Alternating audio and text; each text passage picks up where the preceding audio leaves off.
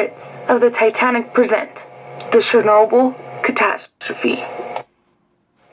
One gloomy day in a wicked place called Chernobyl, there was a group of scientists investigating what happened during a chaotic event where a nuclear power plant had exploded, spreading a massive amount of radioactive materials. It was a group of 8 plus 2 other scientists who went on the journey ahead of time. Dr. Andrew Urias, Dr. Noemi Martinez, Dr. Daisy Cruz, Dr. Alma Olea, Dr. Noemi Zuniga, Dr. Mayra Torreblanca, Dr. Christian Yepes, Dr. Esmeralda Delgado, Dr. Nita Yang.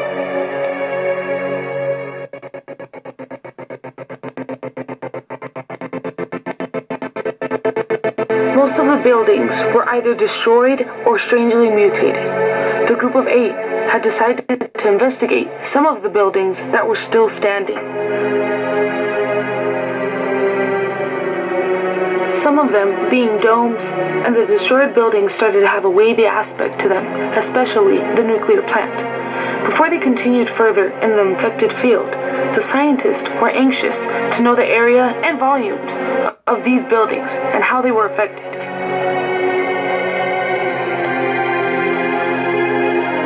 The scientists continued observing the strange buildings, trying to figure out what caused so much damage.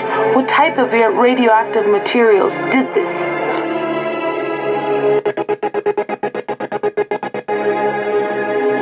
They were able to sketch a dome-like building and 2 other irregularly shaped sites.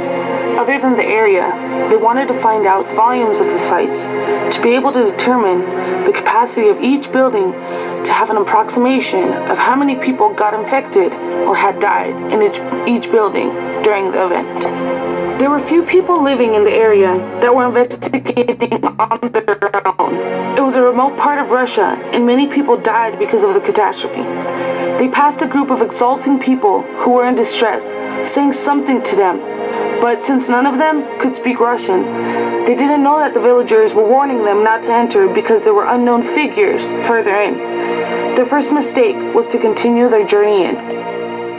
They came into a room which had some working electricity lines, so the scientific team decided to split into smaller groups to be able to investigate more in depth about the architectural structures and mutations of the frightening destination. The group split into 2 groups of 4 individuals, being Drs. Yang, Yepes, Torreblanca, and Calderon. The second group being Dr. Martinez, Zuniga, Cruz, and Olea. The first group went to the east side of the nuclear power plant, having Dr. Yang in charge of the group. The second group had gone to the west side of the nuclear power plant in search for evolved species in need of help or cures. On their way to the west side of the nuclear power plant, the group realized that 2 of the scientists that went before them had been greatly